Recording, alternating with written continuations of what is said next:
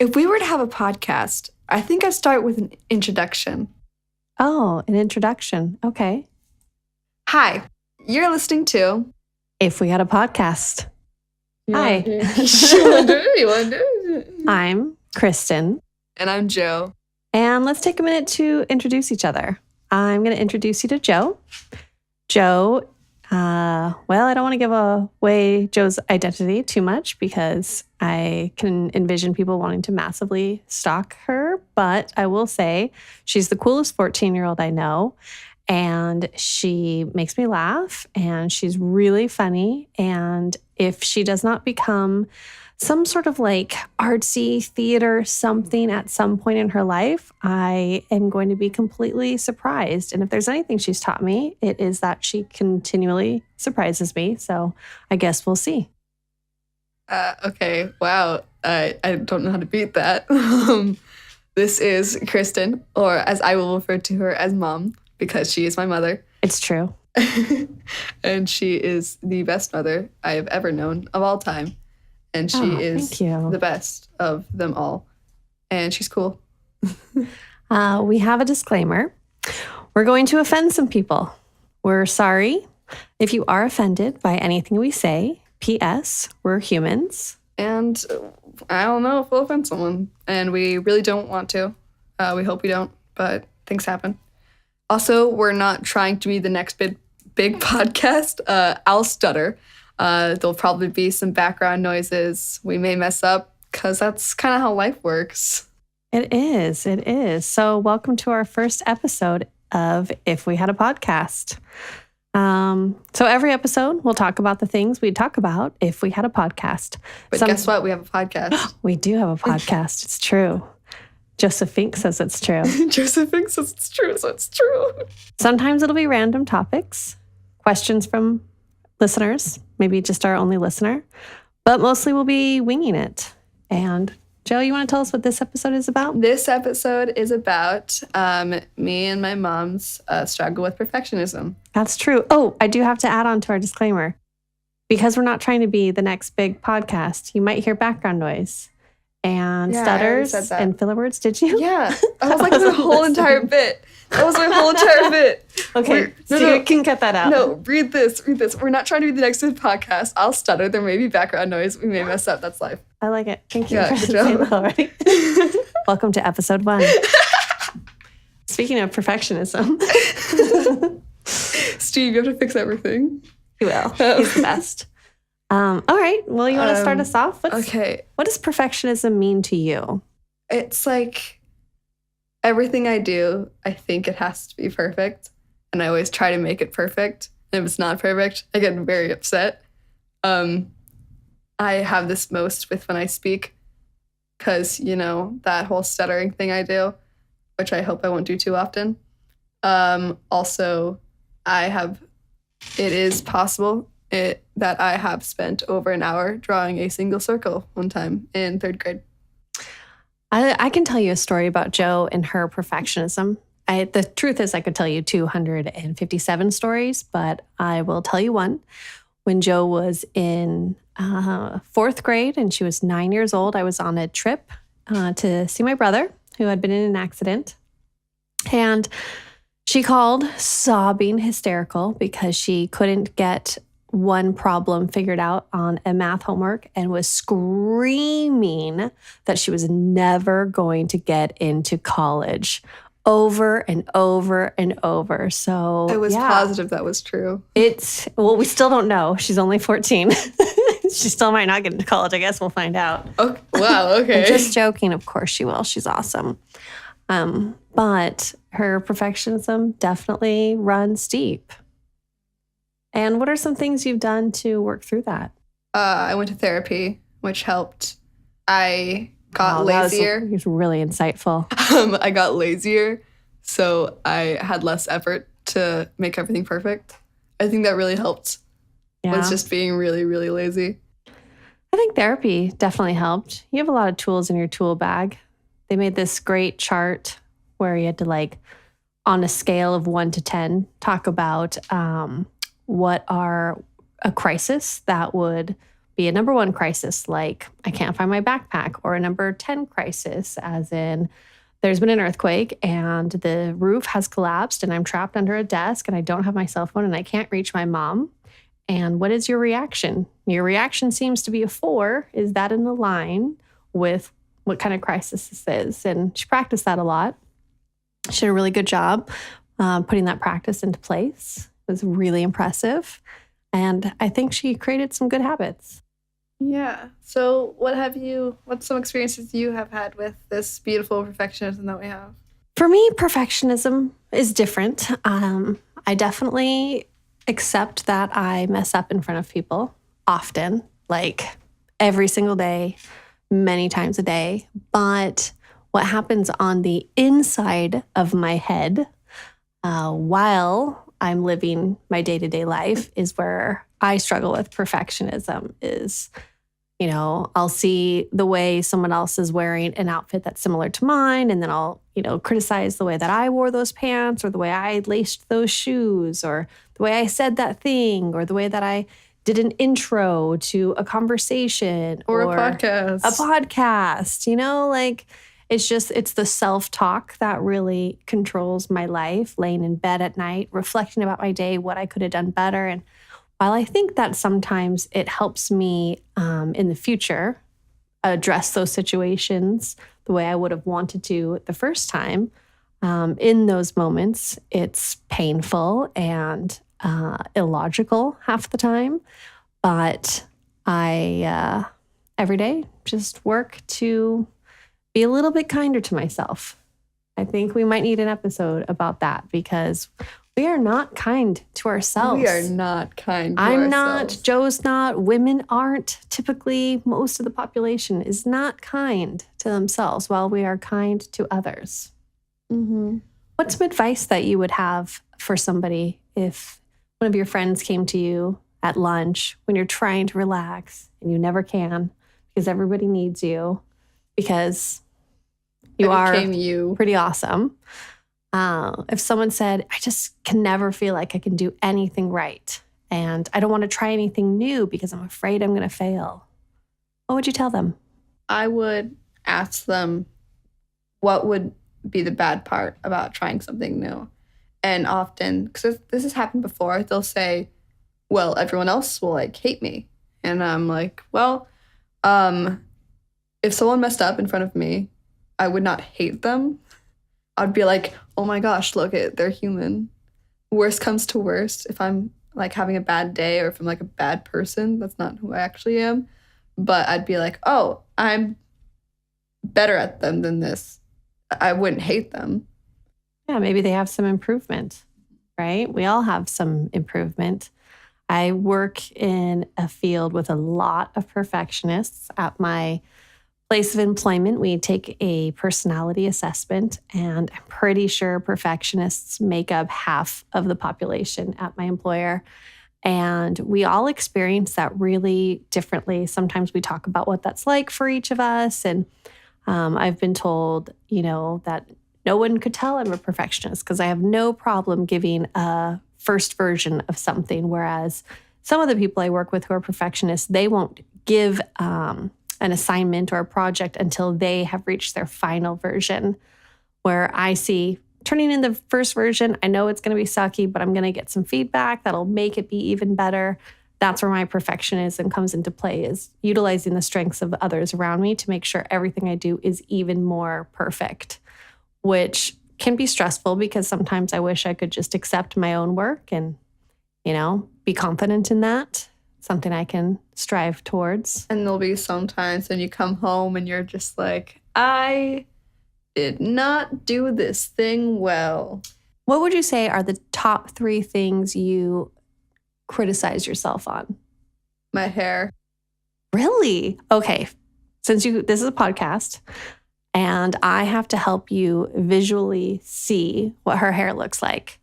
Picture the most beautiful mane of hair. Picture Hermione Granger movie. I'd say probably 3, first, I'd say it's the 3rd movie. That's her hair. I mean, it is wild and really curly, Unruly. frizzy, unruly again, but beautiful. She has received compliments in her hair since it was growing in, which, I mean, it took a little while. She was, about, I'd say 13, 14 months when the curls started coming in, and she just didn't look balding. And she has received compliments since then. It is gorgeous hair. Okay, so number one, your hair. Number two? Are you just gonna compliment me on every single thing I say? If it's something I like about you. So that's a yes. I criticize my habits a lot. Like what? What do you mean your habit? Most often my speech habits, saying and like and Your filler words? Yeah, my filler words. Yes. Then also And also probably my singing voice. What? I hate my singing voice. She has a beautiful singing voice. A burning passion. Gorgeous singing voice. You're biased. You're my mom. I would consider this a fact since you are in choir and jazz choir, which not everybody makes it onto jazz choir. And then I don't know what to call it, select jazz choir, which is, just certain kids out of jazz choir go on to do this other performance with their school district. So I don't know. I think I would say other people like your singing voice too. Yeah, well, I criticize it. That's what the question was. And how can you be kinder to yourself about those things? Listen to you. Everyone should listen to me. This is a theme in my life. Everyone should listen to her. Right. Just let's put that out there now. She is right. She's always right. Because I'm a perfectionist, I'm not going to say something as a truth unless I strongly believe it to be a truth. And she knows that she is right all the time, always. I mean, there's been a couple of things I was wrong on. But you just don't remember them. No, I could remember some of them. Definitely. But your hair being beautiful and your singing voice being beautiful, I'm right about that. Not wrong. Right. So yeah, listen to me more. What about you? What's 3 things you criticize yourself on? Whew, only 3. Let's see. I know, right? Well, tonight, okay, so here's one, is my relationship with food. I love food. And I tell myself I'm going to eat healthier, and I make healthy decisions, and I juice. Really healthy. And then things happen like tonight where I decided to get myself an artichoke and Joe an artichoke. And each artichoke from this restaurant is an artichoke and a half. It also comes with a small loaf of bread. So I had the bread. Wait, you didn't tell me about the bread. I would have had the bread. I had the bread. What? It was me. You took the bread? So I had the bread. Well, I had the brown bread. And then I had my artichoke. And then when you decided you weren't going to have your artichoke, I then also ate your artichoke. And then I ate the white bread. Well, you didn't tell me about the bread. I would want the bread. So it'd be nice if I could commit to eating. I mean, I want this bread. Like, why didn't you tell me about this? It's always going to have bread. It's I don't Cheesecake remember Factory. that. I just remember the artichoke. Yeah, sorry. I didn't know that it comes with Not bread. actually sorry. You took my So that's bread. one thing I would criticize myself on a little. Yeah, you took my bread. No, I'm not going to criticize myself. I don't regret that decision at all. Okay. So my relationship with food and the way I talk to myself when I'm disappointed in my choices. I mean, yeah, it's healthy. It's an artichoke. But total, I had 3 artichokes for dinner. That's a little excessive. I couldn't let it go to waste. It was delicious. Yeah, well, shout out to Cheesecake Factory. Shout out to Kylie, who let me know artichokes were back. Oh, yeah, Kylie's the best. Mad props for that. Kylie will listen to this. Hashtag ride or die till 9 p.m. Then second thing I would say I criticize myself on. Wait, first. If you took your statistics of what you eat and like your healthiness, you'll probably be in like the top 10% of all people your age. Like, you're really healthy. I do try to be healthy. Yeah, and you succeed. Like, occasionally you have 3 artichokes. That's not a bad thing. But you did take my bread, so I'm not going to go further in my compliments. But they're there. But I'm also salty. Thank you. You're saltish. Saltish, yeah. I like it. Okay, so number 2 thing I would say I criticized myself on Um, Probably the way I can treat other people. I kind of just am cold sometimes. Wait, really? And distant. I have never seen this. Well, like I'll come home and be like, no one talk to me for the rest of the night. I've done that like 3 times a week. I know, but I feel like as a mom, I shouldn't do that. I don't do it 3 times a week, but there are those days and, I just need to check out and I don't know. I think that there's a better way for me to handle those situations when I need to shut down. I could maybe be a little nicer about it. So I kind of beat myself up when I do that to people. When you do it to me, personally, I am like, oh my goodness gracious. Okay. I do not mind. Because then you get the night off. Yeah. I just get to sit there and do my puzzles and like sing. And I don't mind at all. And I had no idea you felt that way. Yeah. I mean, I don't stop doing it, but. Yeah, no, I totally don't mind. Thank you. I'm just like, I wonder if she's okay. Like, in an hour, will she need my comfort? I won't. I'll massage her shoulders. I do want that. Yes. I changed my mind. If that is what your comfort is, bring it in. I don't know any other way of comfort besides massages. That's what you taught me. Yes. Yes. If you're sad, massage you. Massages. They're the best. My third thing, I would say. You already did your third thing. That was your third thing. What was my second thing then? Your second thing was It was not taking your bread. Okay, no, your first thing was food. Your second thing was That was it. Really? I think. I don't think so. I think that was my second thing. So I'll do my third. Right, we'll go with that. I'll do my third.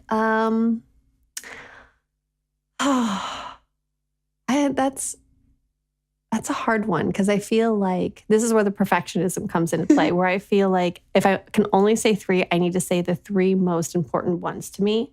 And since we are winging it, like we said, we are going to wing it, I don't have these written down. And I do have a lot. I actually, might be a weird one, but I think my laundry. Really?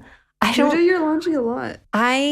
But I don't do my laundry a lot. I will leave my laundry in the washer. I will leave it in the dryer. I will leave it on top of the dryer. I will leave it on the bench in my room, the chair in my room, on my bed. Like, it's just not that hard to put away. Why can't I just put it away? Because there's other important things to do. But I don't like seeing it. So if I don't like seeing it, I should just put it away. It seems like such a simple solution. And so I beat myself up over it. Like, Kristen, what is wrong with you? So then I had this great streak for, I don't know, it was about a week and a half where I would, change out my work clothes and my pajamas and I would put those work clothes away and I wasn't letting it pile up and it felt so good. And I was like, yeah, this is the feeling I want. I want this. And all it takes is the one day where I'm too tired and I'm like, well, I don't do that anymore. There goes that great habit. I did that like...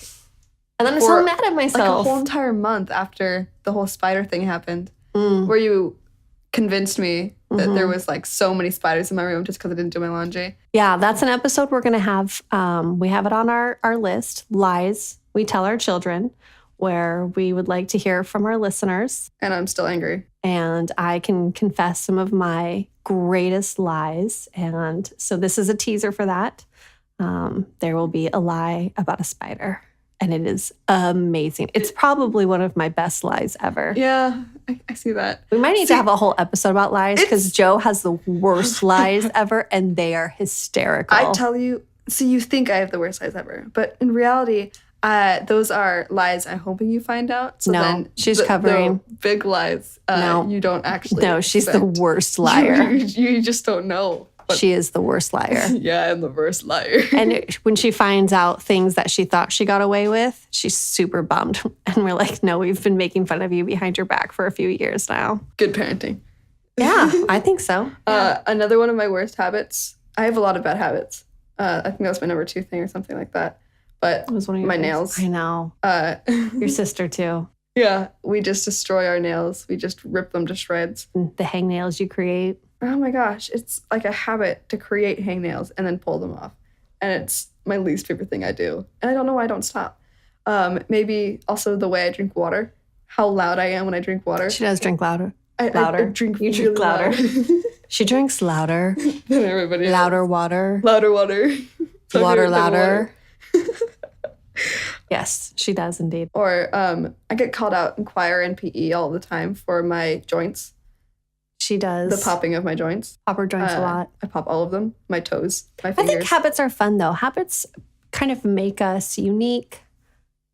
They make us stand out. They make They're us just targets.